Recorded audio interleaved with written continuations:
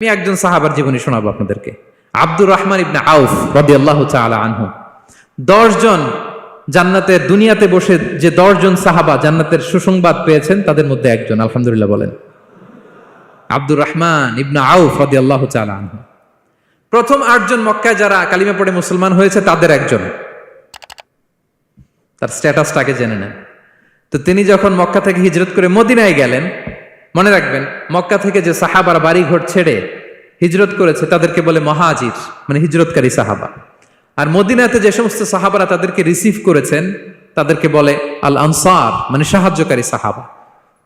তো যারাই হিজরত করে মক্কা থেকে মদিনায় যেত, বিষ্ণু ইসা ইসলাম মদিনার কোন সাহাবীর সাথে তার ভাই পাতিয়ে দিতেন, আল মুআখাত, ব্রাদারহুড করে দিতেন, দায়িত্ব দিতেন যে তুমি এই সাহাবীকে দেখবে।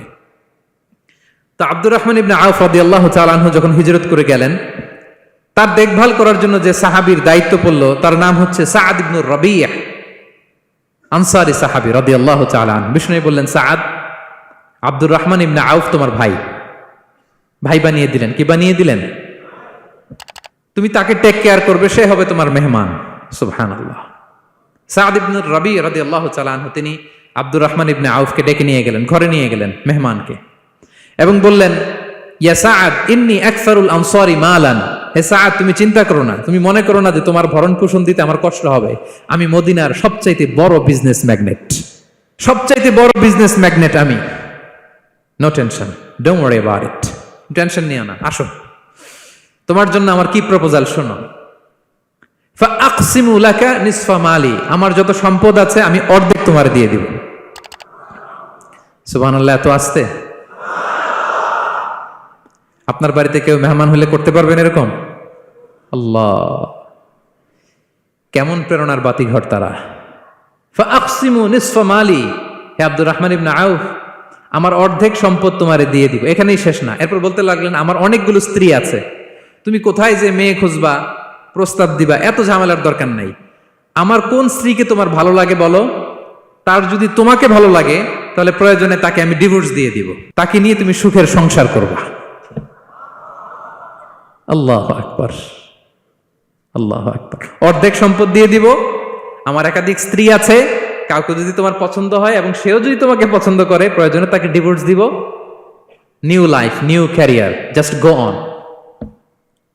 আমরা এই সুযোগ পেলে কি করতাম? সাথে সাথে অর্ধেক সম্পদ নিয়ে নিতাম, ঠিক কিনা? আব্দুর রহমান ইবনে আউফ প্রেরণার বাতিঘর। উনি কি করলেন? উনি বললেন, লা হাজাতা লি ফি যালিক।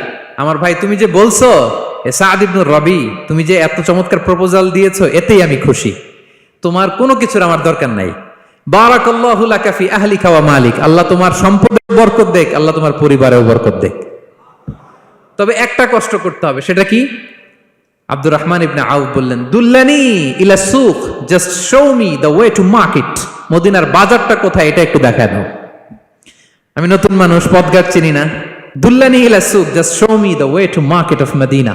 মদিনার বাজারটা কোন রাস্তা একটু দেখায় দাও। আল্লাহু আকবার। সাআদ ইবনে রবি বললেন, এই তো মদিনার বাজার। উনি যে কিছু ঘি কিনলেন, পনির কিনলেন, কিনে বিক্রি করলেন, প্রফিট করলেন। ওই প্রফিট দিয়ে আরো বেশি করে কিনলেন, আবার বিক্রি করলেন, প্রফিট, আবার বিক্রি করলেন, প্রফিট। এই কেনা বেচা করতে করতে 1-2 মাসের মধ্যে উনি মদিনার one of the biggest business magnate হয়ে গেলেন। আল্লাহু আকবার। কি হাড় ভাঙ্গা পরিশ্রমই না তারা করেছেন। একেবারে রেডি ক্যারিয়ার ছিল, গেলাম সবচেয়ে বড় বিজনেসম্যানের অর্ধেক সম্পত্তি পেয়ে গেলাম। He didn't accept the ready career, rather he made his own path with his own Endeavour. নিজের চেষ্টায়, নিজের পরিশ্রমে, নিজের ঘাম ঝরিয়ে নিজের ক্যারিয়ার তৈরি করেছেন। চিল্লায় বলেন ঠিক কিনা?